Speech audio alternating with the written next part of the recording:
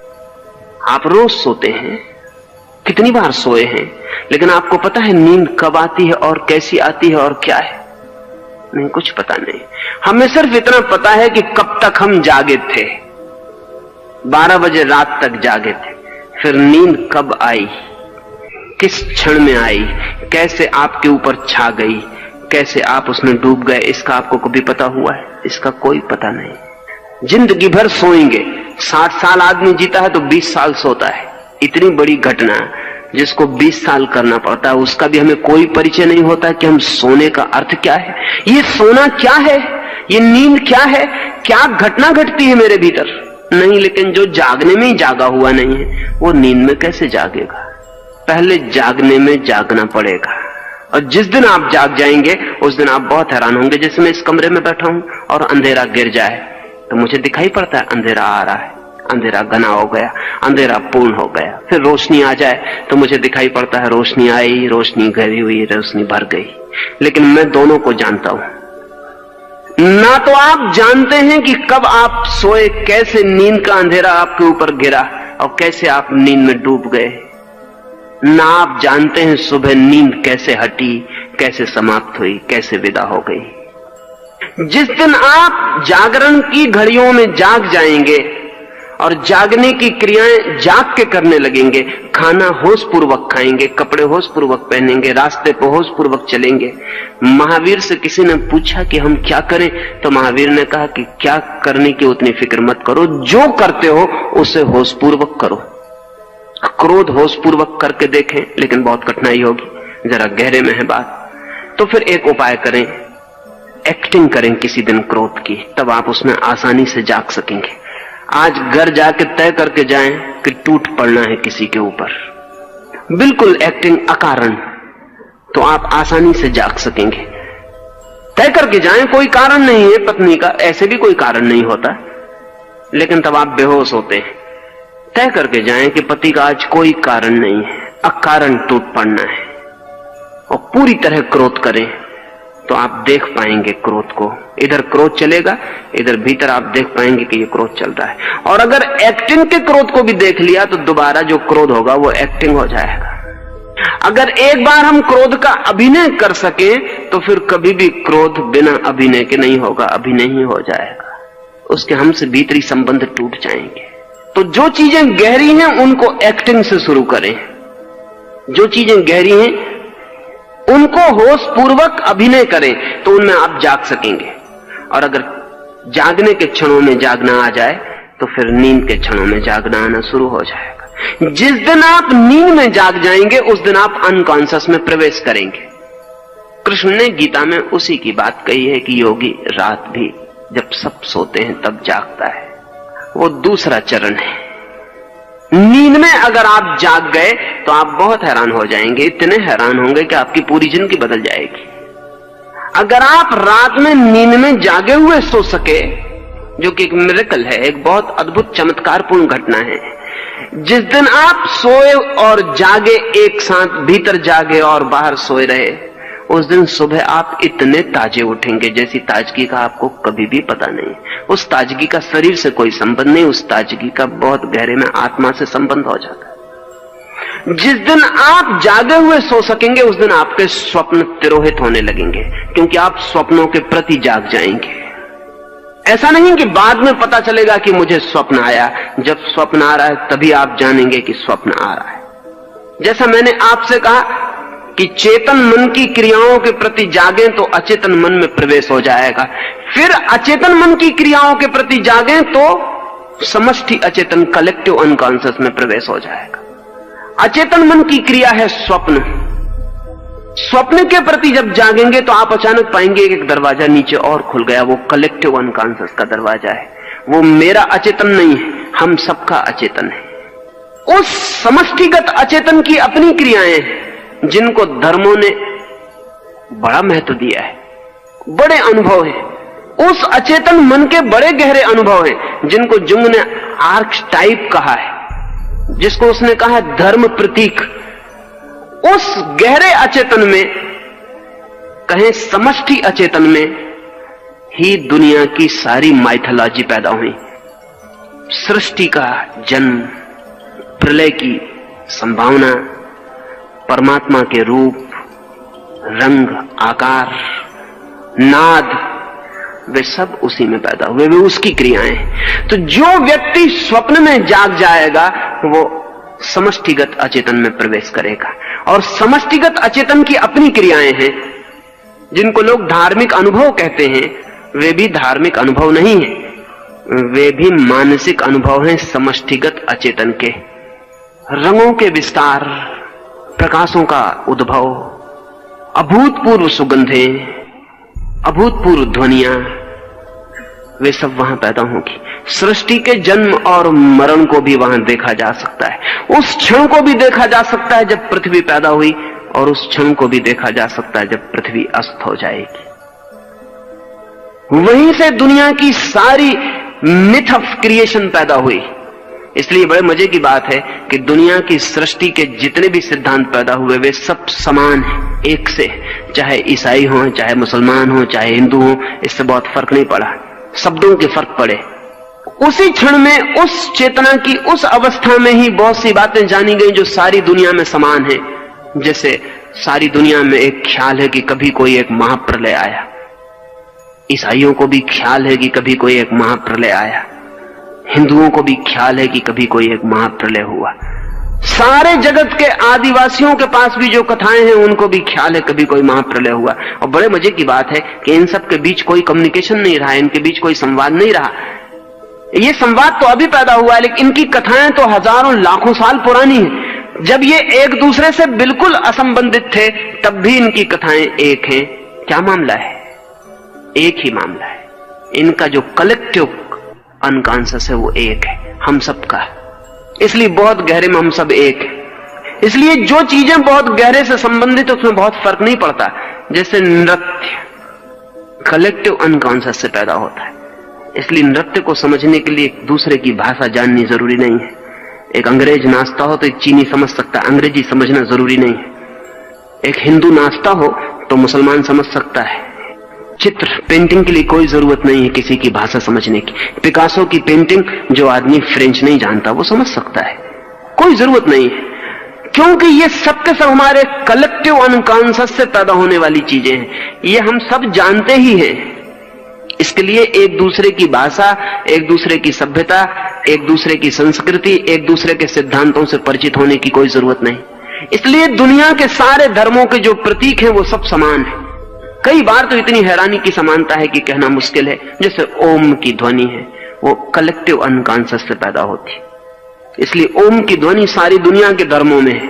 थोड़े बहुत हेर फेर हैं, वो समझने के हेर फेर है। हिंदू ने उसे पकड़ा है ओम की तरह। यह हमारी पकड़ने की बात, क्योंकि पकड़ेगा तो हमारा चेतन मन, तो हमने ओम की तरह पकड़ा है। यहूदियों ने, ईसाइयों ने ओमीन की तरह पकड़ा है। वो ओम का ही उनका रूपांतरण है। इसलिए आज भी प्रार्थना के बाद वो कहेंगे अमीन। वो ओमीन, ओम, ओमीन उससे निर्मित हुआ है।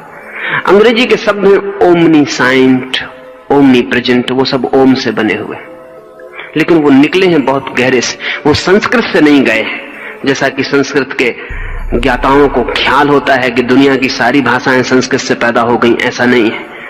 दुनिया की भाषाओं में जो समानता है वो कलेक्टिव अनकॉन्शियस की समानता है। दुनिया की भाषाएं किसी एक भाषा से पैदा नहीं हो गई। हमारा एक तल है मन का जो हम सबका इकट्ठा है। जैसे सागर के ऊपर लहरें अलग अलग हैं, लेकिन नीचे सागर इकट्ठा है। ऐसे लहरों की तरह हम अलग अलग हैं, लेकिन और गहरे सब इकट्ठा है। वो जो इकट्ठापन है उसकी अपनी क्रियाएं, जिसको कबीर ने अनाहत नाद कहा है। हम एक तरह का नाद जानते हैं, चोट से पैदा होने वाला नाद। अगर मैं ताली बजाऊं तो एक नाद पैदा होगा, लेकिन दो तालियां टकराएंगी तब। अगर मैं तबले पर चोट मारूं तो आवाज गूंजेगी, लेकिन चोट मारूंगा तब। इसको कहेंगे आहत नाद। चोट से पैदा हुआ आहत, चोट खा के पैदा हुआ ध्वनि। कलेक्टिव अनकॉन्शियस में ऐसी ध्वनियां हैं जहां चोट नहीं होती और ध्वनियां हैं, इसलिए उनको अनाहत नाद कहा है। बिना चोट किए पैदा हुई ध्वनियां। एक हाथ से बजाई गई ताली ज़ैन फकीर जापान में अपने साधक से कहता है कि एक हाथ से अगर ताली बजाया जाए तो कैसे बजेगी इसका पता लगा के आओ। बड़ा मुश्किल है, एक हाथ से ताली कहीं बज सकती है? एक हाथ से ताली कैसे बज सकती है?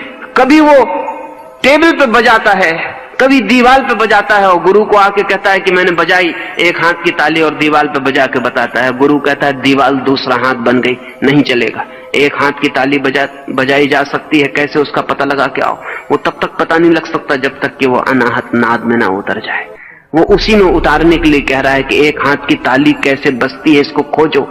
कलेक्टिव अनकॉन्शियस की जो क्रियाएं हैं, अगर हम उनके प्रति जाग जाएं तो हम कॉस्मिक अनकॉन्शियस में उतर जाते हैं, तब हम ब्रह्म अचेतन में उतर जाते हैं, जिसको इस मुल्क में प्रकृति कहा गया है। प्रकृति शब्द को समझ लेना उचित होगा। प्रकृति का मतलब होता है जब सब बना उसके पहले भी जो था, कृति के भी जो पहले है। प्री क्रिएशन अगर अंग्रेजी में बनाए शब्द तो बनेगा प्री क्रिएशन। सृष्टि के भी पहले से जो है, जिससे सब पैदा हुआ, जो पैदा होने के पहले भी था, उसको कहते हैं प्रकृति। वो जो कॉस्मिक अनकॉन्शियस है वो प्रकृति है, उससे ही सब आया। अब इसको ऐसा समझ लें, चेतन मन मेरा है, अचेतन मन भी मेरा है, लेकिन कलेक्टिव अनकॉन्शियस हमारा है। वो मेरा नहीं है, वो आपका नहीं है, वो हमारा है। कॉस्मिक अनकॉन्शियस हमारा भी नहीं है, सबका है। उसमें पत्थर भी सम्मिलित थे, पक्षी भी सम्मिलित थे, नदी भी सम्मिलित है, पहाड़ भी सम्मिलित है। वो प्रकृति है। वहां जो उतर जाए उसके आगे उतरने को नहीं रह जाता। वो बॉटमलेस अबिस है, उसके नीचे फिर उतरने का कोई उपाय नहीं, वो शून्य खाई है। इस उतरने की प्रक्रिया है अप्रमाद। जहां आप हैं वहीं जागना शुरू करें। जिस दिन आप वहां जाग जाएंगे, आपको नीचे के दरवाजे की कुंजी मिल जाएगी। फिर वहां जागना शुरू करें और नीचे की कुंजी मिल जाएगी, और एक दूसरी प्रक्रिया पूरे समय साथ चलेगी। जब तक आप चेतन में हैं तब तक आप सुपर कॉन्शियस में, अति चेतन में नहीं जा सकते, ऊपर नहीं बढ़ सकते। आपकी जड़ों को अनकॉन्शियस में उतरना पड़ेगा। जिस दिन आपकी जड़ें अचेतन में उतर जाएंगी, उसी दिन आपकी शाखाएं सुपर कॉन्शियस में फैल जाएंगी, ऊपर उठ जाएंगी। फ्रायड और जुंग सुपर कॉन्शियस में नहीं पहुंच पाते क्योंकि वे अनुमान कर रहे हैं, इसलिए वे अनकॉन्शियस, कलेक्टिव अनकॉन्शियस, इनकी तो बात करते हैं नीचे की, ऊपर की उनके पास कोई कल्पना नहीं है। लेकिन ये जगत सदा एक संतुलन है। यहां जितने नीचे जाने का उपाय है उतना ही ऊपर जाने का उपाय है। असल में नीचे का अस्तित्व भी नहीं हो सकता अगर ऊपर का अस्तित्व ना हो। ऊपर का और नीचे का अस्तित्व एक साथ ही हो सकता है। अगर बायां ना हो तो दायां नहीं हो सकता, कि हो सकता है? अगर दायां है तो बाएं का अस्तित्व जरूर होगा, चाहे पता हो चाहे ना हो। क्या नीचे का अस्तित्व हो सकता है ऊपर के बिना? फिर उसे नीचे कैसे कहिएगा? नीचे का कोई अस्तित्व नहीं हो सकता ऊपर के बिना। क्या दुख का अस्तित्व हो सकता है सुख के बिना? फिर उसे दुख कैसे कहिएगा?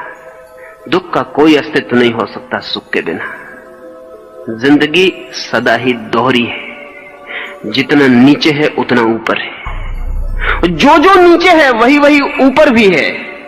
फर्क इतना ही है कि नीचे अंडरग्राउंड है, अंधेरे में है, ऊपर खुले आकाश में सूरज की रोशनी में। जितने नीचे उतरेंगे उतना अंधेरा बढ़ता जाएगा, और जो कॉस्मिक अनकॉन्शियस प्रकृति है वो पूर्ण अंधकार है, विराट अंधकार है, अंधकार ही अंधकार है। जितने ऊपर बढ़िएगा उतना प्रकाश बढ़ता जाएगा, और वो जो कॉस्मिक कॉन्शियस है ब्रह्म, वो पूर्ण प्रकाश है, प्रकाश ही प्रकाश है। लेकिन ऊपर जाने का रास्ता नीचे होके जाता है। The peak is to be achieved via the abyss. वो जो नीचे खाई है उसके द्वारा चोटी पर पहुंचा जाता है। यही सबसे बड़ी साधना की कठिनाई है। यही समझना सबसे ज्यादा कठिन हो जाता है कि ऊपर जाने के लिए नीचे जाना पड़ेगा। हम सोचते हैं सीधे ऊपर चले जाएं, लेकिन सीधे हम ऊपर नहीं जा सकते। अगर हम सीधे ऊपर जाएंगे तो स्पेकुलेशन शुरू हो जाएगा। फिर हम ऊपर का दर्शन बना लेंगे, super conscious, collective conscious, cosmic conscious. इसके हम सिद्धांत बना सकते हैं, लेकिन ये सिद्धांत सिर्फ सिद्धांत होंगे, वैचारिक। जो सीधा ऊपर जाएगा वो फिलसफी में चला जाएगा, दर्शन में चला जाएगा, धर्म में नहीं जा सकेगा। जिसे धर्म के अनुभव में जाना है उसे पहले नीचे उतरना पड़ेगा। ये बड़े मजे की बात है। जिसे संत होना हो उसे बहुत गहरे अर्थों में पापी होना पड़ता है, और जो व्यक्ति गहरे अर्थों में पापी होने से बच गया वो गहरे अर्थों में संत नहीं हो सकता। ये लगती बहुत अजीब सी बात है, लेकिन ऐसा ही है, ये तथ्य है, इससे कोई उपाय नहीं। इसलिए अक्सर ऐसा हो जाता है कि बड़े पापी एकदम से बड़े संत हो जाते हैं और छोटे पापी छोटे ही पापी बने रहते हैं, क्योंकि जो भी जगत में ट्रांसफॉर्मेशन है, रूपांतरण है, वो सदा गहराइयों से आते हैं। नीचे उतरना जरूरी है ऊपर जाने के लिए। नीत्शे का एक वचन आपसे कहूं, नीत्शे ने कहा है कि जिस वृक्ष को आकाश छूना हो उस वृक्ष को अपनी जड़ें पाताल तक पहुंचाने की हिम्मत जुटानी पड़ती है। बहुत घबराने वाली बात है नीचे उतरना, क्योंकि वहां अंधकार है। जब आप चेतन से अचेतन में उतरेंगे तो बहुत अंधकार में उतर जाएंगे, लेकिन जितने अंधकार में उतरने की आप हिम्मत जुटाते हैं उतने प्रकाश के अधिकारी और पात्र हो जाते हैं। पात्रता आती है अंधेरे में उतरने से, साहस आता है अंधेरे में उतरने से, योग्यता आती है अंधेरे में उतरने से। इसलिए ऊपर की फिक्र छोड़ दें, नीचे की फिक्र करें और एक एक कदम पर प्रमाद को तोड़ते चले जाएं। कहां से शुरू करेंगे? शुरू सदा वहीं से करना पड़ता है जहां आप हैं। आप जिस मंजिल में, उस मंजिल का नाम चेतन। उस चेतन मंजिल की क्रियाओं को आप प्रमाद छोड़कर करना शुरू कर दें। बुद्ध के पास आनंद वर्षों तक रहा। एक दिन उसने पूछा कि बड़ी मुसीबत मालूम पड़ती है, कभी कभी रात मुझे नींद नहीं आती तो मैं आपको देखता रहता हूं। आप जिस करवट सोते हैं उसी करवट सोए रहते हैं, हाथ भी नहीं हिलाते, पैर भी नहीं बदलते, जिस आसन में, जिस व्यवस्था में सांझ सिर रखते हैं वैसा ही रात भर रखे रहते हैं। हैरानी होती है, मुझे तो बहुत करवट बदलनी पड़ती, मुझे तो बहुत हाथ पैर हिलाना पड़ता है। बुद्ध ने कहा तुझे पता रहता है कि तू हाथ पैर हिला रहा, करवट बदल रहा? आनंद का कुछ पता नहीं रहता, सुबह पता चलता है कि जैसा सोया था वैसा नहीं सोया हूं, सिर कहीं था कहीं पहुंच गया। नींद में कैसे पता चल सकता है? बुद्ध ने कहा मैं जानता हुआ सोता हूं, मैं जानता हुआ ही सोया रहता हूं। जहां हाथ रखा था वहीं हाथ रहता है जब तक मैं ना हटाऊं। हाथ अपने से हट जाए तो मेरी मालकियत गई, फिर मैं मालिक ना रहा। तो आनंद ने कहा क्या आप रात में भी जागे हुए सोते हैं? बुद्ध ने कहा कि निश्चित ही, चूंकि मैं दिन में जागा हुआ जागता हूं इसलिए रात में जागा हुआ सोने का अधिकारी हो गया। जब तक आप दिन में सोए हुए जागेंगे तब तक तो संभावना नहीं है कि आप जागे हुए सो सके। जब जागने में सोए रहते हैं तब सोने में तो सोए ही रहेंगे।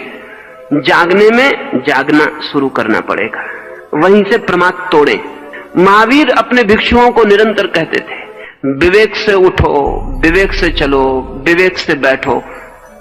इसका मतलब क्या था? शायद अनेक उनके साधु यही समझते हैं कि विवेक से उठने का मतलब, विवेक से बैठने का मतलब, जो महावीर के साधुओं ने समझा है वो महावीर का ख्याल नहीं है। महावीर के साधु समझते हैं विवेक से चलो, इसका मतलब है कि किसी की बिछाए हुए बिस्तर पर पैर मत रखना, किसी के बिछाए हुए गलीचे पे मत चलना, सूखी जमीन में चलना, गीली जमीन में मत चलना। विवेक से खाओ तो साधु महावीर का हजारों साल से समझ रहा है कि ये खाना और ये मत खाना।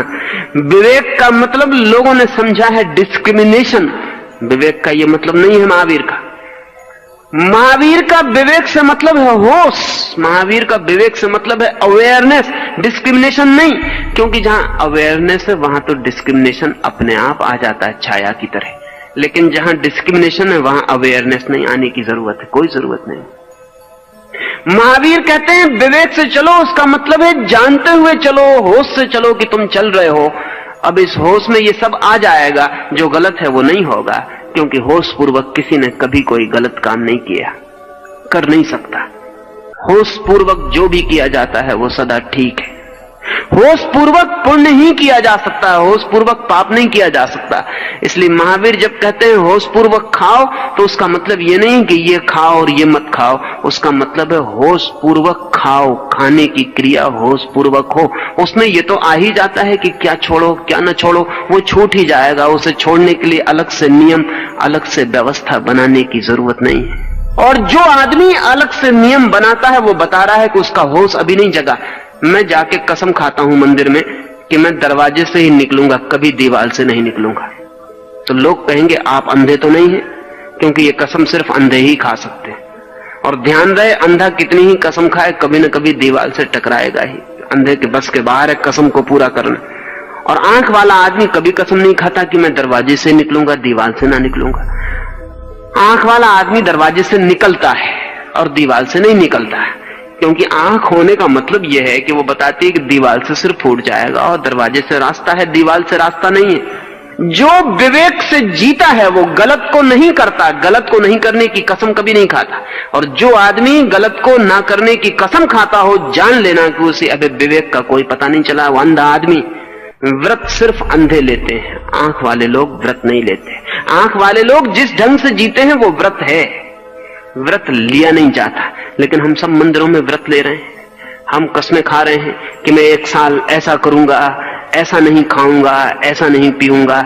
इसका मतलब यह है कि आपका चित्त तो पीना चाहता है, आपका चित्त तो खाना चाहता है। उस चित्त को रोकने के लिए आप उल्टी कसम खा रहे हैं। मंदिर में खा रहे हैं जिसमें भगवान का थोड़ा डर रहे, लोगों के सामने खा रहे हैं कि लोग जरा देखते रहें कि तुमने कहा था कि सिगरेट नहीं पिएंगे, अब तुम पी रहे हो।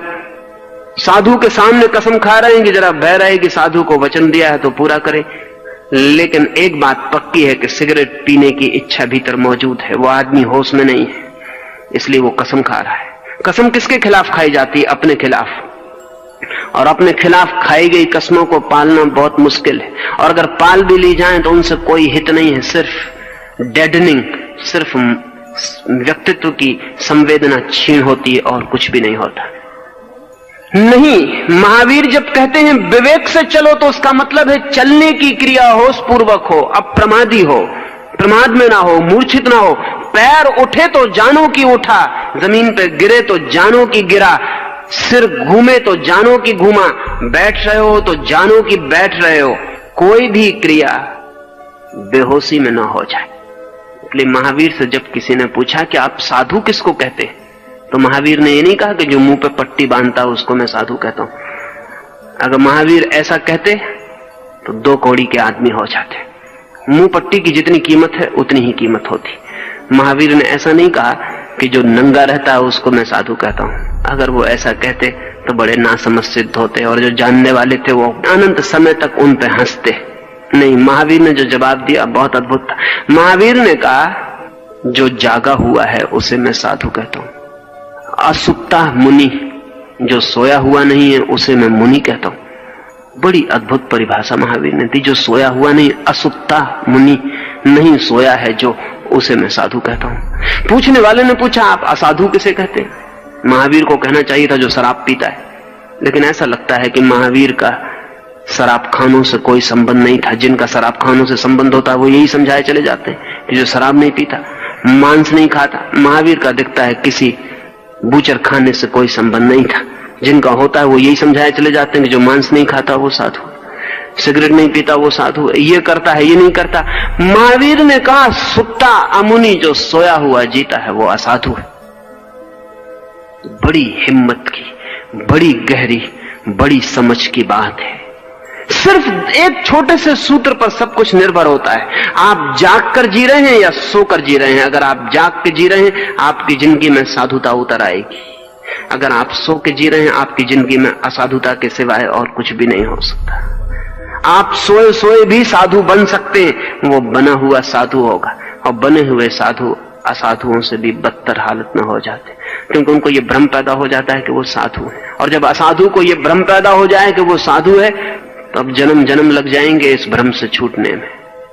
अप्रमाद साधना का सूत्र है, अप्रमाद साधना है।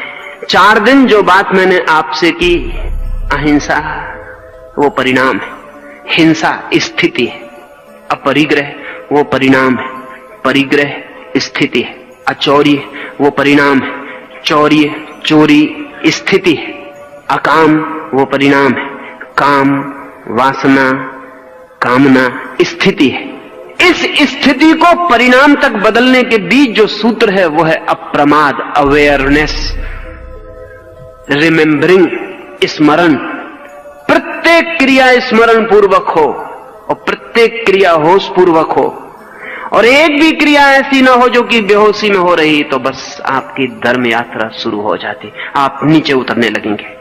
और सूत्र वही रहेगा, जब नीचे के दूसरे खंड में पहुंचेंगे तब उसकी क्रियाओं के प्रति फिर अप्रमाद, जब उसकी पूरी क्रियाओं के प्रति जाग जाएंगे तो और नीचे पहुंचेंगे, उसके प्रति अप्रमाद, और जितने नीचे पहुंचेंगे उतने ऊपर पहुंचते चले जाएंगे। जिस दिन कोई अपने पाताल की आखिरी परत को छू लेता है, उसी दिन अपनी आत्मा की आखिरी अमृत की परत उसे उपलब्ध हो जाती है। जाएं पाताल में ताकि पहुंच सके मोक्ष में, उतरे गहरे ताकि छू सके ऊंचाई को, छुएं नरक को ताकि उपलब्ध हो सके स्वर्ग। जाएं अंधकार में गहरे और गहरे ताकि प्रकाश को पाने की पात्रता मिल सके। अप्रमाद से और अप्रमाद के अतिरिक्त और किसी बात से नहीं ये संभव होता है। दुनिया में चाहे कहीं भी कुछ कहा गया हो, चाहे जीसस ने कुछ कहा हो, चाहे बुद्ध ने, चाहे महावीर ने, चाहे कृष्ण ने, वो सभी का सब अप्रमाद जैसे छोटे से शब्द में समा जाता है। कृष्ण कहते हैं नींद में भी जागो, जीसस कहते हैं जागे रहो क्योंकि पता नहीं वो कब आ जाए। ऐसा ना हो कि तुम सोए रहो और वो आए परमात्मा और तुम्हें सोया पाए और लौट जाए। जागो और प्रतीक्षा करो, be aware and awaiting. Jesus की सारी बातचीत इसी सूत्र पर घूमती है कि जागो और प्रतीक्षा करो, और महावीर का पूरी जिंदगी का प्रवचन एक ही बात को बार बार दोहराता है, होश पूर्वक, विवेक पूर्वक, अप्रमाद से जियो, मूर्छा नहीं। 2-3 सूत्र और अपनी बात में पूरी करूं। पहला सूत्र, ठीक से समझ लेना कि आप सोए हुए हैं। समझाने की कोशिश मत करना अपने को कि मैं सोया हुआ नहीं हूं। जस्टिफाई मत करना अपने को कि मैं सोया हुआ नहीं हूं। मन कहेगा कि मैं और सोया हुआ, दूसरे सोए हुए होंगे, मैं जागा हुआ आदमी हूं। मैं और सोया हुआ, शास्त्र पढ़ता हूं, सोए हुए कैसे पढ़ सकता हूं? आत्मा परमात्मा है ऐसा जानता हूं, सोए हुए कैसे जान सकता हूं? नहीं, मैं सोया हुआ नहीं, दूसरे सोए हुए। सोया हुआ आदमी सदा दूसरों को सोया हुआ टाल के अपने को जागा हुआ मान लेता है। ये नींद को बचाने का उपाय है, इस सेफ्टी मेजर है नींद का, और नींद के अपने उपाय हैं बचने के। ध्यान रखना, नींद टूटने से बचना चाहती है। नींद सब तरह का इंतजाम करती है कि टूट ना जाए। अगर आप रात भूखे सो गए हैं तो नींद अपने को बचाने के लिए भोजन देती है आपको सपने में। अगर सपने में भोजन न मिले तो नींद टूट जाएगी, तो नींद इंतजाम करती है कि भोजन ले लो, झूठा सही, क्योंकि नींद झूठी चीजें दे सकती है, नींद सच्ची चीजें नहीं दे सकती। भूखे आदमी को सपने में निमंत्रण दिलवा देती नींद के सम्राट के घर आज भोज है और आपको निमंत्रण मिला है, और जो उस आदमी ने जिंदगी में कभी नहीं खाया वो नींद उसके सामने रख देती। ये नींद अपने को बचा रही है। आपको पेशाब लगी है नींद में, तो नींद कहेगी कि बाथरूम में चले जाओ, नींद में ही चले जाओ, उठने में नींद टूट जाएगी। आपने अलार्म भरा है 4 बजे उठने का, अलार्म की घंटी बजती, नींद कहती है घंटी नहीं, मंदिर का घंटा बज रहा, आराम से सो रहो। नींद अपने सेफ्टी मेजर बनाए हुए है, नींद ने इंतजाम किया हुआ है कि टूट ना जाए। तो आप जागते में भी नींद का एक इंतजाम है। वो इंतजाम ये वो आपसे कहेगी तुम तो जागे हुए हो, बाकी लोग सोए हुए हैं, तुम इनको जगाने की कोशिश करो तो अच्छा, तुम तो जागे हुए ही हो। अगर आपका मन आपसे कहे कि जागे हुए ही हो, तो इस नींद की सुरक्षा से बचना, इस धोखे में मत पड़ जाना। एक, जिस दिन पता चल जाए कि मैं सोया हुआ हूं, एहसास हो जाए, और कल की कोई जरूरत नहीं है, अभी यही एहसास हो सकता है कि सोए हुए, तो फिर जागने का उपाय शुरू करना, छोटी छोटी क्रियाओं में जागना, और जो गहरी क्रियाएं हैं उनका अभिनय करके जागने की कोशिश करना। अगर संकल्प पूर्वक नींद की तरकीबों से बचते हुए जागने की प्रयास किया जाए तो जो महावीर को संभव हुआ, जो बुद्ध को संभव हुआ, वो आपको भी संभव हो सकता है। पोटेंशियली बीज रूप से आपकी वही संभावना है जो किसी की भी है। आप भी वही हो सकते हैं जो जगत में कोई भी कभी हुआ है। तो जागने की कोशिश करना, और जागने की कोशिश जब गहरी हो जाए तो रुक मत जाना, अन्यथा दूसरे चरण पर नींद पकड़ लेगी, दूसरे मंजिल में रह जाएंगे। फिर वहां जागने की कोशिश करना। लंबी है ये यात्रा, असंभव नहीं, कठिन है ये यात्रा, असंभव नहीं। जो करता है वो कर ही पाता है। और नीचे नीचे उतरते जाना, ऊपर की फिक्र छोड़ देना, ऊपर के फल अपने से आने लगेंगे। जितने आप नीचे उतरेंगे उतने ऊपर फूल खिलने लगेंगे, उनकी सुगंध, उनका प्रकाश, उसका आनंद झरने लगेगा। जैसे जैसे नीचे जाएंगे वैसे वैसे ऊपर जाने लगेंगे। और जिस दिन कोई व्यक्ति अपनी गहराई से गहराई को छू लेता है, द अल्टीमेट डेप्थ, जिस दिन परम गहराई को छू लेता है उसी दिन परम ऊंचाई को छू लेता है। और जिस दिन दोनों छू लेता है उस दिन गहराई और ऊंचाई एक हो जाती हैं, दो नहीं रह जाती। उस दिन सब एक हो जाता है। 7 मंजिल का ये मकान जिस दिन पूरा जान लिया जाता है उस दिन एक हो जाता है। उस दिन फिर इसमें 7 मंजिलें भी नहीं रह जाती, सब बीच के पर्दे गिर जाते हैं, दीवारें हट जाती और एक भवन रह जाता है। उस एक का अनुभव ही परमात्मा का अनुभव है, उस एक का अनुभव ही मोक्ष का अनुभव है, उस एक का अनुभव ही अद्वैत का अनुभव है, उस एक का अनुभव ही समाधि का अनुभव है। इन 5 दिनों में ये थोड़ी सी बातें मैंने आपसे कही, इसलिए नहीं कि मुझे कहने में कुछ मजा आता है, इसलिए नहीं कि आपको सुनने में थोड़ा मनोरंजन हो, बल्कि इसलिए कि शायद कहीं चोट लग जाए, वीणा का कोई तार आपके भीतर कब जाए और कोई यात्रा शुरू हो जाए। अंत में परमात्मा से प्रार्थना करता हूं कि आप अपने को बिना जाने समाप्त ना हो जाएं, आपकी जानने की, आपकी खोजने की, स्वयं से पूरी तरह परिचित होने की यात्रा शुरू हो।